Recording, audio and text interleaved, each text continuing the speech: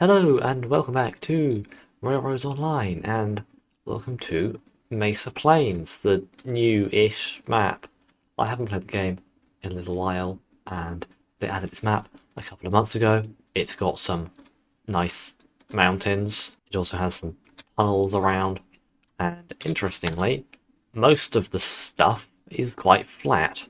So you can see the sort of white lines on the map that indicate the height as you go up these mountains, but most of it is all at the same elevation, or thereabouts, whereas all the other maps are significantly more hilly. So I have the freight depot here connected up to the logging camp and then over to the sawmill, and then I've also hooked it up to the smelter and iron mine, but I haven't actually taken anything out of the iron ore mine because I couldn't get hoppers, or at least I couldn't get good hoppers.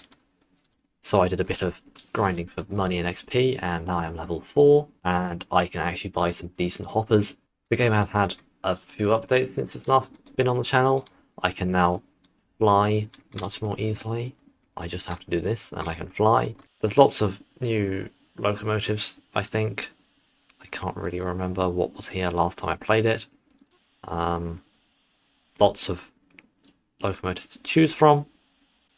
Currently, I just have the Montezuma, which I started with, and I'm considering buying a Eureka because, well, the Eureka doesn't have much tractive effort, but it has one of the highest top speeds in the game, and for a map like this one, there isn't much need for a whole load of tractive effort. It just means that I'll accelerate slower, and a higher top speed should cancel that out. However, I have more important things to spend my money on because I need to get some hoppers for iron ore.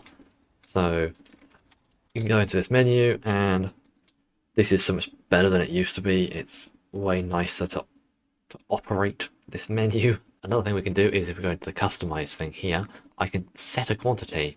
So, sure, let's just buy 5 of them. And of course, it's become night. There is a daylight cycle. I have currently got it set to 19 minutes of day for 1 minute of night, because night's cool and all, but it's just kind of annoying to actually do anything with, so the night will soon disappear, and then I'll be able to find where my other hopper's gone, because there's 4 here, and I can't see the other one. And then time slows down significantly because it's now daytime. So hopefully this isn't cold. Or backwards. Let's pick up these new hoppers and take them to the iron ore mine to grab some iron ore.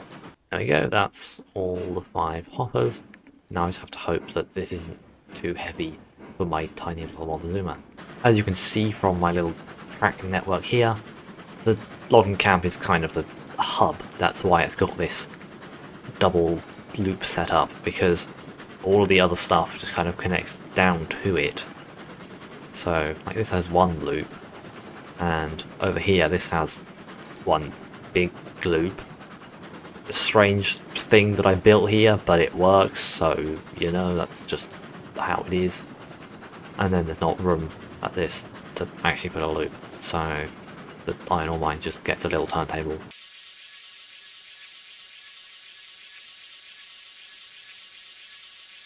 And here we are. Let's start breaking because I think these are quite heavy.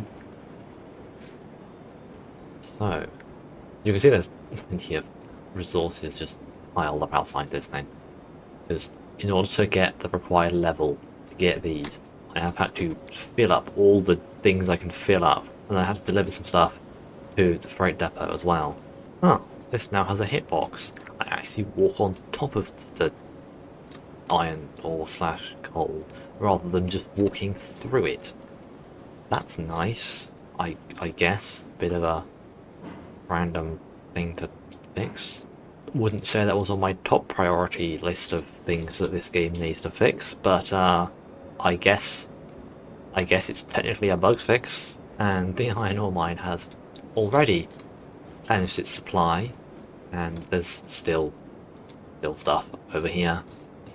to refill it more, so I might be doing quite a few trips. Right then, off we go to the smelter, and it's quite slow to accelerate with this much weight. I forgot to change any of the switches. Let me just do that. So I can grab this one as we go up to it. Yep, and then go that way. Iron ore goes. Which way is it? I think it's over here, if I remember correctly, because I think cordwood is here, so it's there? No, that. So there, right? It's hard to tell from this where I'm going, because the inputs on this one don't line up for whatever reason. You see, the cordwood takes up that platform, whereas I want to go to this platform, and I just run a track behind it and ignore the fact that it's clipping through the pile. But that's why I make it out of stone, so that it looks fairly reasonable that there's this iron ore pile next to it. Anyway, so hopefully we can do 3 at once. Looks about right. And that's all going in. And look at all the money pouring in. There's not that much money pouring in, to be honest. And of course it has started taking the cordwood that I put in to immediately use up some of this iron ore and produce me the other things. What does it make? Yeah, rails and raw iron, which go to other places. I haven't played this game in a while, in case you couldn't tell. I've kind of forgotten what I'm doing. Now, I could go round my big fancy loop to get back down here. Then I would have to turn the engine around and drive past the train, and that's a bit tedious. So I'm just going to reverse the whole way. So naturally it has turned to night just to inconvenience me. No, I might actually spend some of my new money on some more of these, because if I have more of them I can earn money more quickly. And I clicked on the hopper car and it's got me in the rotating thing, and I can't do anything. Clicking doesn't remove the spinny thing. I want to interact with the UI, please. Let me interact with the UI. It just occasionally does this. I'm supposed to be able to, like, you know, interact with this stuff and move this around and then click and drag to rotate the camera. But occasionally it just gets stuck rotating the camera, and there's nothing you can do about it other than quit the menu and come back into it. I now have 8 fully loaded hoppers of iron ore, and we actually started to run through this as reserves. Yes, I have. It's down to 240 out of 290. Why it's out of 290, I have no idea. It seems like a really random number to me. So, let's see, can the Montezuma even move? Just about. You know, I think it might be time to invest in a Eureka. Because the Eureka's not exactly powerful, but it's significantly more powerful than the little Montezuma here. So we are now out and round 2 corners, and we've just hit 10 miles an hour. I'm not even sure this thing can hit 20. Normally it only goes about 15 or 16 without me messing with the reverser, and I'm not sure that I'm going to be able to go much faster. I think I might have to leave it at 100% reverser, otherwise it would probably just stall out. Currently it seems that no amount of messing with the reverser is even getting me to 15.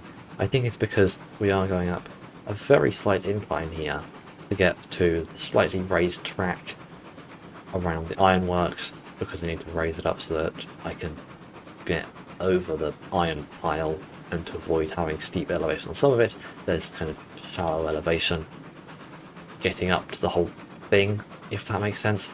So we've been climbing at like 0.2% incline most of the way. And I thought I deleted that random bit of foundation.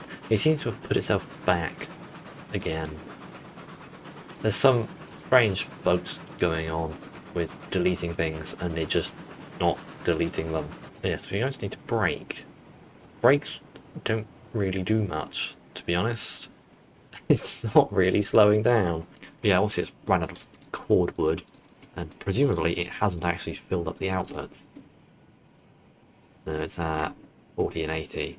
No, I do now have enough money to buy a Eureka. So I'm going to take this train back to the freight depot and park it up and buy a Eureka.